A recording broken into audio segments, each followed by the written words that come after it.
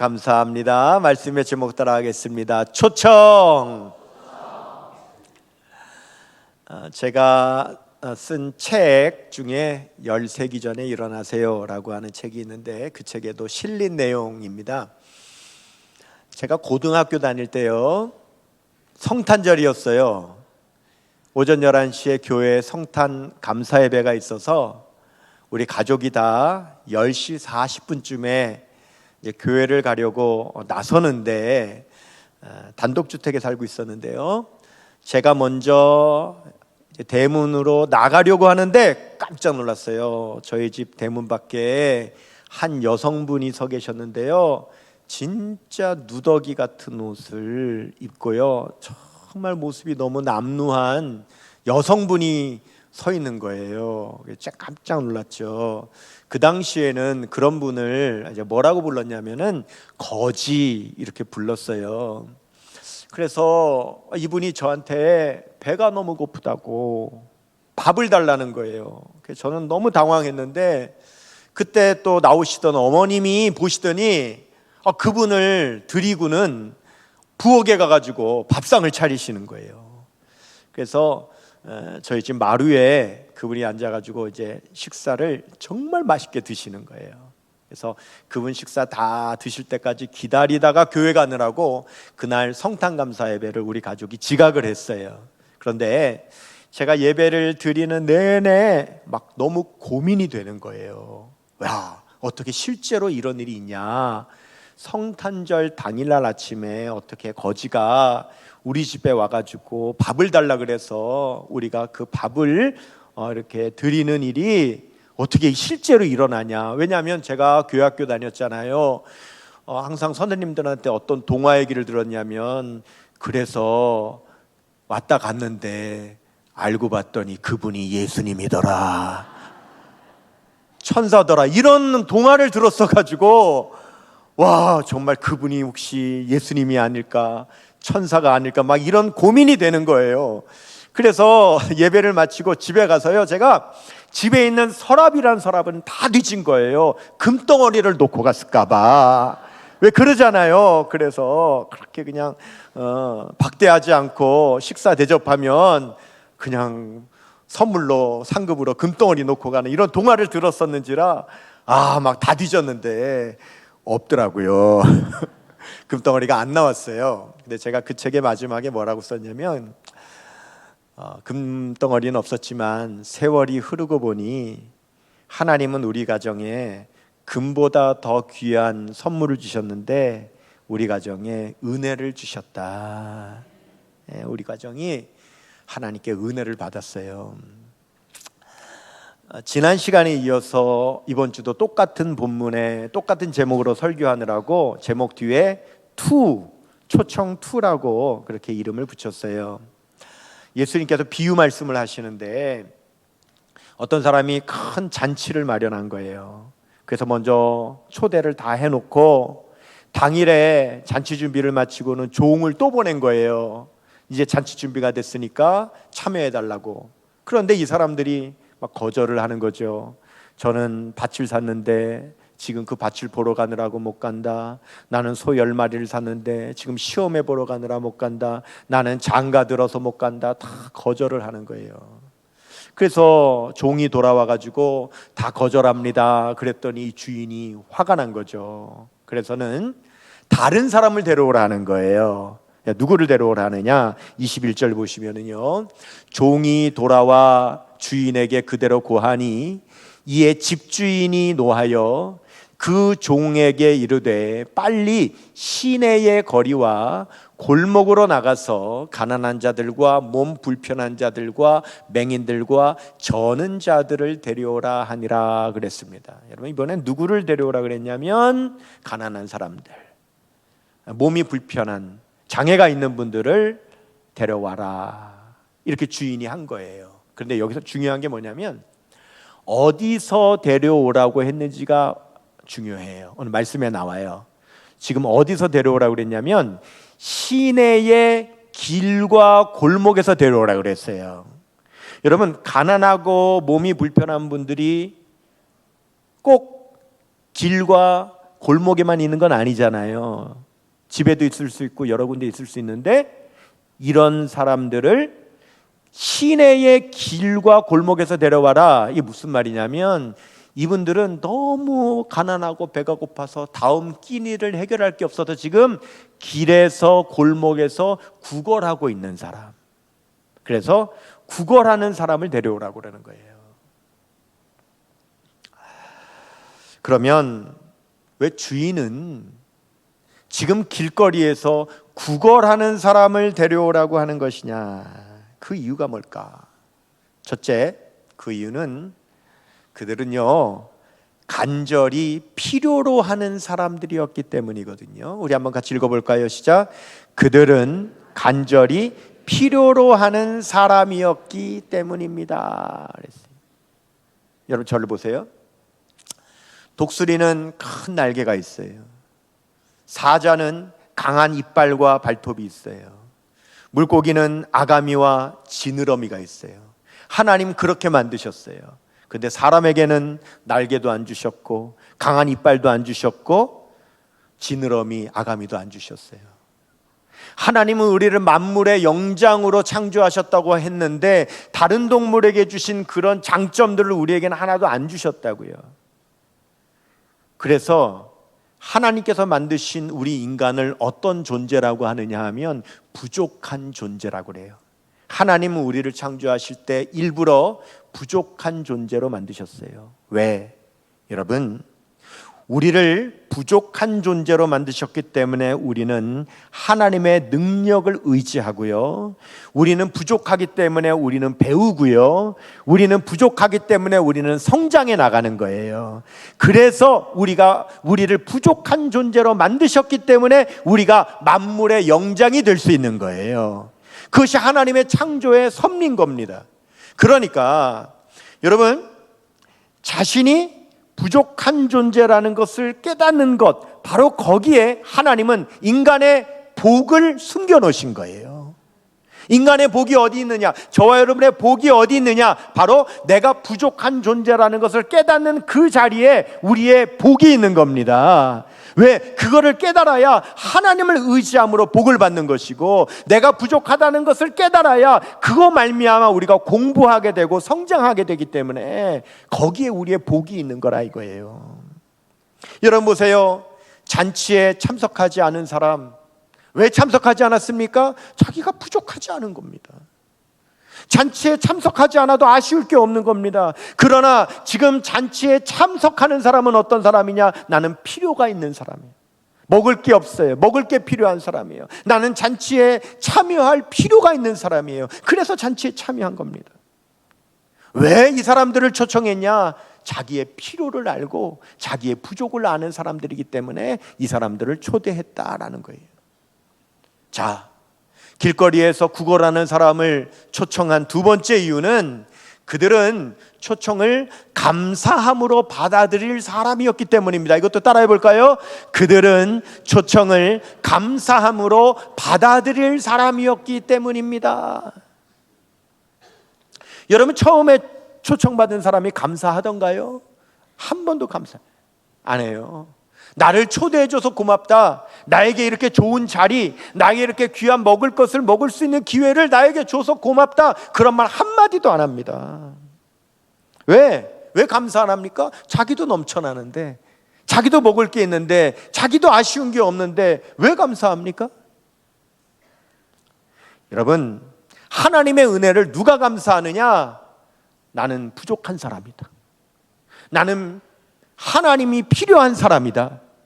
그런데 그 하나님이 나를 불러주셨고 그 하나님이 나를 채워주신다라고 하는 사실을 깨닫는 사람이 하나님께 감사할 수 있는 줄로 믿습니다. 그래서 여러분, 우리가 살다 보면 결핍된 게 많아요.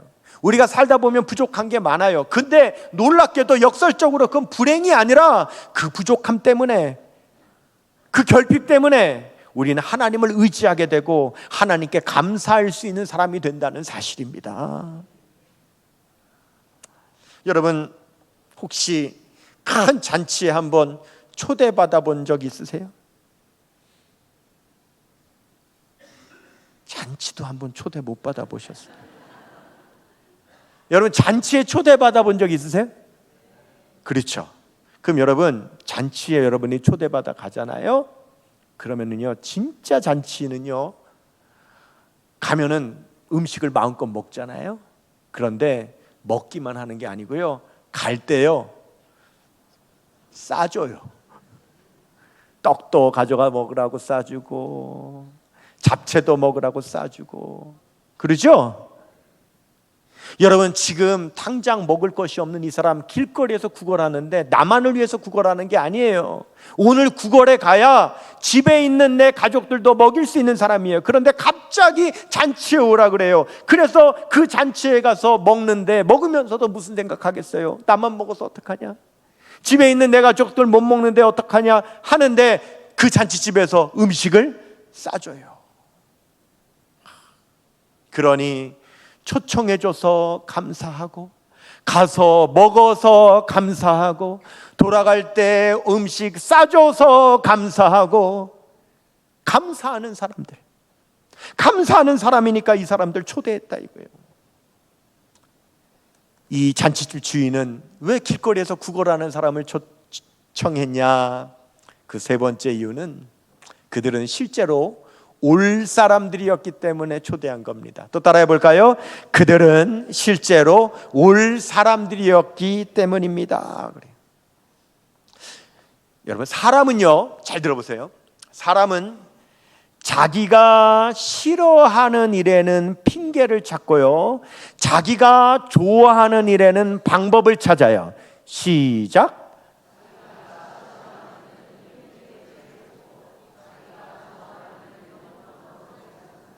아멘입니까? 사람은 자기가 싫어하는 일에는 핑계를 찾고 자기가 좋아하는 일에는 방법을 찾는 겁니다. 처음에 초대받은 사람은 잔치에 가고 싶지 않았잖아요. 가기 싫었잖아요. 그러니까 맨 뭐만 찾느냐? 핑계거리 찾는 거예요. 나는 밭을 샀으니까 못 가겠다. 나는 소를 샀으니까 못 가겠다. 나는 장가 들었으니까 못 가겠다. 핑계를 대는 거예요.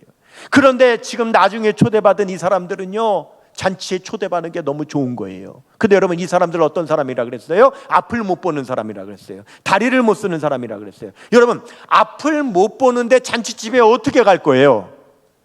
제대로 걷지를 못하는데 잔치집에 어떻게 갈 거예요? 누군가가 도와줘야 된단 말이에요. 그러니까 이 사람들은 잔치집에 가려면 방법을 찾아야 되는 거예요. 누가 나를 좀 안내해서 데려다 줄까? 누가 나를 좀 업어서 데려다 줄까? 그 잔치집에 가고 싶은 사람이니까 이 사람들은 뭐를 찾아요? 방법을 찾는 거예요.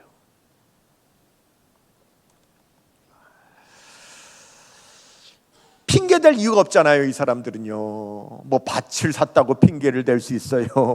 소를 샀다고 핑계를 댈 수가 있어요. 핑계거리가 없는 거예요.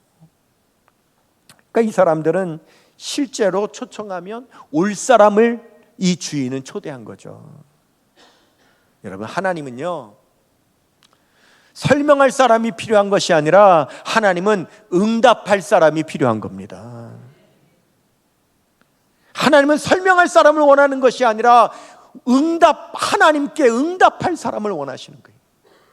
그래서 이 종이 시내 막 길로 다니는 거예요. 골목으로 다니는 거예요. 그래서 구걸하는 사람들을 초대하는 거예요. 잔치집에 오라고 막 초대해서 데려왔어. 그런데 보니까 그 얼마나 잔치를 크게 차렸는지, 자리가 많은지 그 사람들 데려다 앉혀도 아직 자리가 많이 남아있는 거예요. 자, 22절 볼게요. 종이 이르되 주인이여 명하신 대로 하였을 때 아직도 자리가 있나이다 그랬어요. 그랬더니요, 이번에 주인이요 또 다른 사람 데려오라고 하는데 23절 보겠습니다. 주인이 종에게 이르되 길과 산 울타리가로 나가서 사람을 강권하여 데려다가 내 집을 채우라 그랬습니다. 근데 여기 아까는 어디 가서 사람 데려오라 그랬냐면 시내 길과 골목에서 데려오라 그랬거든요. 근데 이번에는 장소가 달라요. 뭐라고 하냐면 길가와 산 울타리가에서 데려오라 그랬어요. 그럼 여기가 어디냐? 여러분 이 길과 산 울타리라고 하는 것은 헬라어로 호두스 카이 프랑무스라고 하는데 성 밖의 사람들이라는 뜻이에요. 성 밖에 나가서 성 밖에 있는 사람을 데려와라. 도시 바깥에 있는 사람을 데려와라. 무슨 말이냐면 이방인을 데려오라는 거예요. 외국인을 데려오라는 거예요. 그 사람들도 데려오라는 거예요. 여러분, 제가 하나님의 말씀 읽으면 읽을수록 정말 새롭고 놀랍다고 늘 말씀드리잖아요. 근데 참 놀랍죠. 우리 예수님은요, 지금 이 비유 말씀을 하시면서도 이 말씀 속에서 세계 선교의 비전을 우리에게 보여주시는 거예요. 처음에는요, 유력한 사람들 초대했었죠. 그 다음에는요, 그 도시 안에 있는 가난한 사람들 초대했죠. 이번에는 성 밖에 있는 이방인들까지 초대하고 있잖아요. 사도행전 1장 8절에 오직 성령이 너희에게 임하시면 너희가 권능을 받고 예루살렘과 온 유대와 사마리아와 땅끝까지 이르러 내 증인이 되리라. 예수님은 이 말씀 안에서도 바로 이 세계 선교까지의 비전의 확장을 우리에게 말씀해 주고 계신다 이거예요. 근데 이 사람을 그러면은 성 밖에 나가서 이 이방인들, 외국인들, 나그네들 어떻게 데려오라고 하셨냐면 강권하여 데려와라. 강권하여 데려다가 내 집을 채우라 이렇게 말씀하신단 말이에요. 여러분, 강권한다는 게 뭘까요? 이 강권한다, 우리 말의 이 뉘앙스는요, 강권한다는 이런 거죠. 강하게 권면한다. 그러니까 이거죠. 아이고, 한 번만 이번에 우리 교회 여기 행복잔치 하는데 한 번만 나와. 내가 두 번 다시 말하네. 아이가 한 번만 나를 봐서라도 좀 제발 좀 한 번만 나와라. 아유, 좀 한 번만 가자 하면 강권하는 거죠. 막 가자. 그래가지고 막 등을 떠미니까 막 안 갈 수가 없는 거예요. 막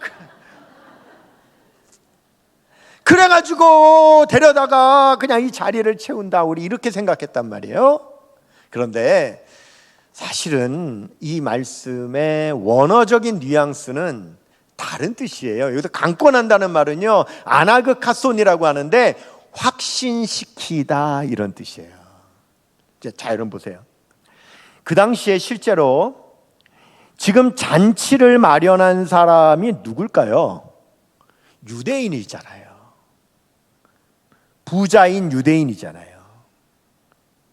그런데 당시에는요, 유대인은 이방인하고는 상족을 안 했단 말이에요. 예수님께서 사마리아 수가성 우물가 여인하고 대화할 때 그 여인이 뭐라 그래요? 당신은 남자고 나는 여자고 당신은 유대인이고 나는 이방인인데 어찌하여 나에게 물을 달라 하나이까? 왜? 상종을 안 하니까. 근데 지금 이 종이 뭐라 그래요? 우리 주인이 당신을 초청한다고 지금 이방인에게, 저 사마리아 사람들에게 나가가지고 지금 초청을 하니까 여러분, 그 사람들 입장에서 이게 믿어질 일이에요? 이게 갈 일이에요? 이렇게 얘기하겠죠. 왜? 아니, 그 유대인이 이방인인 나를 왜? 이 말이 돼? 진짜야? 의심하는 거예요. 주저하는 거예요. 그래서 종 보고 가서 강권하여 데려오라는 뭐냐면, 말은 확신시켜라. 뭐예요? 우리 주인이 정말 당신 데려오라 그랬다고.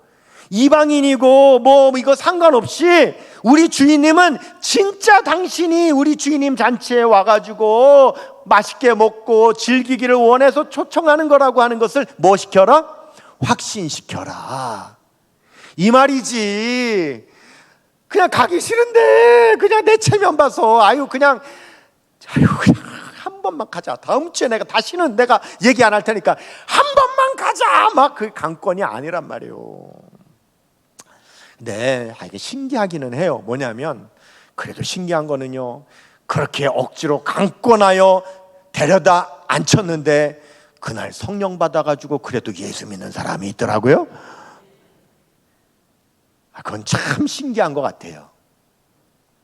그런 분들의 간증도 들어요. 정말 가기 싫었는데 그냥 체면 때문에 그 하도 억지로 가라 그러니까 억지로 한번 나왔는데 그날 나 예수 믿었다 하는 분이 있어서 너무 감사는 한데, 그런데 여러분들이요, 가기 싫은데 억지로 진짜 우리식으로 억지로 강권하여 데려다가 앉혀놓잖아요. 그러면 강단에서 제가 바라볼 때는요, 그렇게 억지로 온 분은요, 와가지고 1시간 내내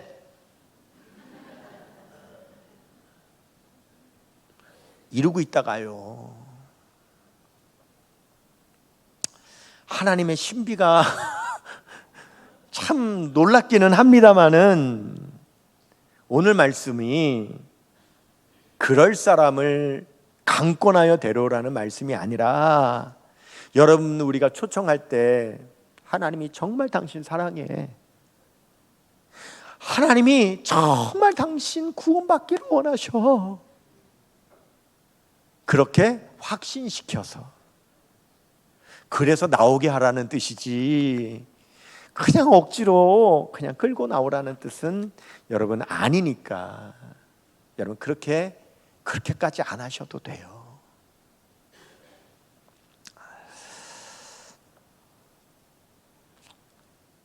제가 강원도 속초에서 목회할 때 속초시 안에 성결교회가 6개가 있었어요. 그 중에 제가 목회하는 교회가 제일 컸고요. 그런데 저의 가장 가까이에 있는 이웃에 있는 성결교회는 교인이 10명 모이는 정말 어려운 교회였어요. 근데 그 교회에 한 번은 담임 목사님이 새로 부임을 했는데 보니까 저보다 1살 어려요. 서울에서 부목사님을 하다가 첫 담임 목회로 그 교회로 오게 된 거예요. 그래서 나이도 비슷하고 같이 이웃에 있고 그러니까 우리 부부, 그 부부가 아주 친하게 잘 지냈어요. 그리고 이제 아무래도 또 목회가, 교회가 어렵다 보니까 제가 목회하면서 성교비도 계속 지원해 주고요. 또 교회가 이제 승합차가 이제 폐차하게 돼가지고 교회가 다시 차가 있어야 운행도 하고 뭐 다 할 텐데 할 수 없으니까 카니발을 이렇게 사주기도 하고 그렇게 했어요. 근데 그러던 어느 날인데 소문이 들리는데요, 그 교회가요 부흥하고 있다는 거예요. 그래서 그때 주일날 60명이 모여 예배드린다는 거예요. 근데 여러분, 제가 그 교회 가볼 수가 없잖아요. 저도 제 교회 목회해야 되는데 모르잖아요. 가볼 수가 없는데 그런 소문이 들려가지고 놀랍다 그러고 만났어요. 만나가지고 물었죠. 아니 목사님, 교회가 요즘 부흥한다면서요? 듣기로는 한 60명씩 예배드린다면서요? 그랬더니 그 목사님이 그러는 거예요. 예, 목사님, 요즘 60명씩 나와요. 어떻게 그렇게 됐어요? 그랬더니 전도를 하다가요, 동네에서 한 분을 전도하게 됐는데 그분이 노숙자예요. 그래서 이 노숙자를 전도했더니 교회 나온 거예요. 배고프잖아요. 그래서 사모님이 주일 낮 예배 드리면은 이렇게 밥을 차려가지고 맛있게 따뜻한 밥 한 끼 먹여서 보낸 거예요. 그래서 이분이 너무 고맙잖아요. 그래서 그 교회를 이제 등록해서 다니는데 이분이 너무 고마우니까 속초시 노숙자 협회에다가 소문을 낸 거예요. 그래가지고 속초시 노숙자가 50명이 온 거예요. 그러니 여러분, 주일날 노숙자분이 50명이 오니까 밥 해줘야 되잖아요. 그러니까 교회가, 안 그래도 어려운 교회가 부식비가 어마어마하게 들어가는 거예요. 그런데 그분이 헌금은 못하잖아요, 전혀. 그러니까 밖에서 사람들은 교회 부흥했다며, 60명씩 예배 드린다며. 그런데 실상은 도리어 재정적으로 너무너무 어려워진 상황인 거예요. 제가 그 얘기를 듣는데, 전 세상에 교회가 부흥했는데 재정이 되려 어려워진 교회는 그 교회 처음 봤어요. 근데 갈수록 태산이에요. 그냥 일반 교인들이 교회를 못 와요. 냄새가 나니까. 앉아서 예배를 드리는데 막 냄새가 진동하지. 거기다가요, 이분들은요 빠지지도 못해요. 이 노숙자분들은요. 왜냐하면 노숙자 한 분이 주일날 안 오잖아요. 그러면은 이 다른 노숙자분들이 신방을 가가지고요, 너 왜 주일날 교회 빠졌냐고 단체로 패는 거예요. 막 두드려 패는 거예요. 그러니까 안 나올 수가 없잖아요. 다음 주 되면은 막 멍이 이렇게 들고 막 코피가 터져가지고 교회를 나오니 일반 성도들이 여러분 그 교회를 어떻게 나오겠어요? 그러니까 완전히 그냥 교회가 노숙자만 모인 교회가 돼버렸고 누구도 안 와요. 일반 사람들이 교회를 안 오고 있는 사람들도 교회를 못 나오게 된 거예요. 그래서 이분이 저한테 뭐라 그러냐면, 목사님이 권 목사님, 저요 평생 제가 노숙자 목회할 건 한 번도 생각을 해본 적이 없는데 그냥 제가 노숙자 목회하는 목사가 돼버렸네요, 이러는 거예요. 그래도 어떻게 해요? 한 영혼이 귀하니까 그 영혼 품겠다고요. 그 어려운 중에 이제 계속 먹이면서 이제 뭐 어떻게 그냥 하는 거예요. 그 몇 년을 했어요. 그냥 몇 년을 더 이렇게 열심히 했는데 참 놀랍죠. 그 지역에서 조금 떨어진 다른 지역에 교인이 200명이 넘게 모이는 그런 아주 견실한 교회가 있는데, 그 교회에서 그 목사님이 열심히 목회하는 그 모습을 늘 지켜봤기 때문에 그 목사님을 자기 교회 담임 목사로 청빙을 한 거예요. 그래서 장로님들이, 목사님, 우리가 그동안 목사님 정말 열심히 하는 거 봤습니다. 그러니 이제는 우리 교회 오셔서 우리가 목사님 목회 마음껏 하실 수 있도록 지원해 드릴 테니까 이제 우리 교회 와서 목회해 주세요. 이렇게 청빙을 해가지고 이 목사님은 그 교회를 이제 부임을 하게 됐어요. 그러니까 저도 얼마나 좋아요. 그래서 와, 참 잘 됐다, 감사하다. 이제 그랬는데 그 새로 간 교회에서 8개월 후에 이 목사님이 교회 금요 심야기도에 인도하러 가다가 심장마비로 돌아갔어요.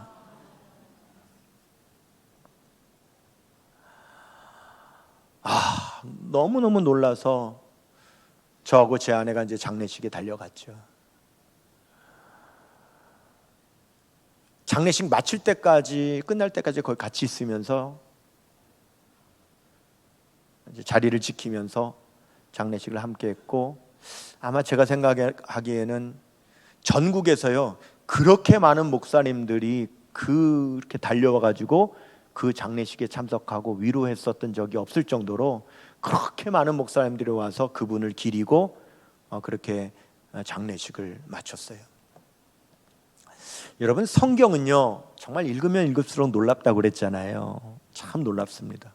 우리 예수님이요 이 비유 말씀을 하실 때 이 말씀 바로 앞구절이 뭔 줄 아세요? 앞절이요. 그러니까 지금 이 말씀, 어떤 말씀을 하시고 이 비유를 하신 거란 말이에요. 그러면 이 비유를 하시기 직전에 어떤 말씀을 하셨는가? 여러분 그 말씀 한번 볼까요? 자, 누가복음 14장 13절에서 14절인데 중요하니까 같이 읽어볼까요? 천천히요. 시작.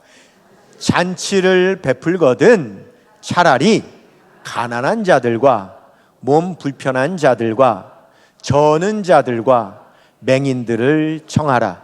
그리하면 그들이 갚을 것이 없으므로 내게 복이 되리니 이는 의인들의 부활 시에 내게 갚음을 받겠음이라 하시더라. 아멘. 하나님께서 갚아주시겠다는 거예요. 반드시 하나님께서 갚아주시겠다. 우리가 지금 태신자를 초청하고 있는데 지난 주일날 태신자 선물을 마련해서 전해드리라고 나눠드렸는데요, 우리 성도님들이 얼마나 나도 전도하겠다, 나도 전하겠다라고 선물을 많이 가져가셨는지 너무 못 받은 분이 많을 정도로 선물이 동이 나버린 거예요. 그래서 부랴부랴 지난 한 주간 동안 다시 선물을 마련해서 오늘 또 가져가실 수 있도록 로비에서 나눠드리는데요, 여러분 그거 아세요? 교회가 다 똑같지 않아요. 어떤 교회는요 가져가서 선물 전해주라고 마련해도 성도님들이 별로 관심 안 갖고 안 가져가서 남는 교회도 많아요. 그런데 우리 교회는요 선물이 동이 나가지고 못 가져갔다고. 여러분 저는요 이런 분위기가 이미 부흥이라고 믿습니다. 네, 나도 가서 하겠다, 나도 가서 전하겠다, 나눠줄 선물이 부족해, 이 자체가 이미 부흥된 줄로 믿습니다. 어떤 분이 초청에 응할지는 모릅니다. 누가 올지, 어떤 분이 올지. 그런데 여기에 우리가 반드시 알아야 될 중요한 사항이 있어요. 오해하지 마세요. 저와 여러분, 우리가 잔치집 주인이 아니에요. 우리는 종이에요. 잔치집 주인은 하나님이세요. 그렇기 때문에 우리가 종이기 때문에 우리는 우리의 역할을 해야 되는 거예요. 22절 말씀 보시면 종이 이르되 주인이여 명하신 대로 하였을 때 아직도 자리가 있나이다. 지금 종이요 두 가지 합니다. 첫 번째는 명하신 대로 하였을 때, 종은 뭐 했느냐? 주인이 초청하라 그래서 가서 초청한 일을 한 거예요. 두 번째는요, 아직도 자리가 있나이다. 뭡니까? 주인집 잔치 자리에 자리가 빈 것이 안타까운 거예요. 종은 두 가지 하면 되는 겁니다. 하나님께서 초청하라고 하시니까 초청하면 되는 거고요. 구원받지 못한 영혼, 빈자리가 있는 것, 그거 여러분 우리가 안타까워하면 되는 겁니다. 역사는 하나님이 하시는 거고요, 결과도 하나님의 것이고요, 영광도 하나님이 받으시는 거고요, 우리는 그냥 초청하라 하니 초청하고, 구원받지 못한 영혼 때문에, 빈자리 때문에 마음 아파하는, 주인집 잔치지 내 잔치야? 이것이 아니라 주인집 잔치인데도 그 자리가 빈 것 때문에 너무너무 마음 아파할 줄 아는 그 마음, 그것 있으면 우리는 해야 할 일을 다 하는 겁니다. 이 말씀의 참된 주인공은 하나님의 마음이죠. 안타까워서 나가서 또 청해라, 성 밖까지 나가서 또 청해라, 그래서 내 집을, 내 자리를 채워라, 한 영혼이라도 더 구원하고 한 영혼이라도 더 하나님 나라의 천국잔치에 참여하기를 원하시는 하나님의 그 간절한 마음을 여러분 깨닫는 것이 이 말씀의 진리인 줄로 믿습니다. 우리는 순종해서 훗날 하나님께서 분명히 저와 여러분 우리에게 복으로 갚아주실 것이기 때문에, 우리가 하나님 나라 잔치에 참여했을 때 우리가 품었던 태신자, 우리가 전도했던 태신자, 그들이 하나님 나라 잔치에서 우리와 함께 먹게 되는 그 역사가 일어남으로 인하여 그 기쁨과 감격을 누리는 그 소망 가지시고, 오늘도 주님 주신 사명 감당하는 저와 여러분 우리 모두 되시기를 주님의 이름으로 축원합니다. 우리 모두 자리에서 일어나셔서